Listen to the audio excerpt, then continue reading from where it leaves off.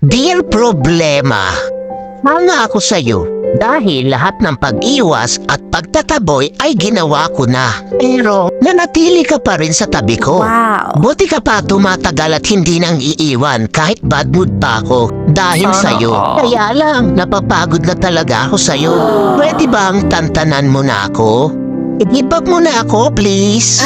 Mag-break na tayo, problema. Hindi na kita kayang tagalan. Kaya, iba na lang mahalin mo. Mababaliw na ako kaiisip sa'yo. Pwede, ikaw na lang mag-isip sa akin. Ikaw naman mamroblema sa akin. At nakakapagtaka ka rin problema, no? Dahil wala namang nangyayari sa atin. Bakit nagkaanak ka? Dumami ka pa talaga. Hindi akin yan. Nagawa mo rin pala talaga akong lokohin, ha?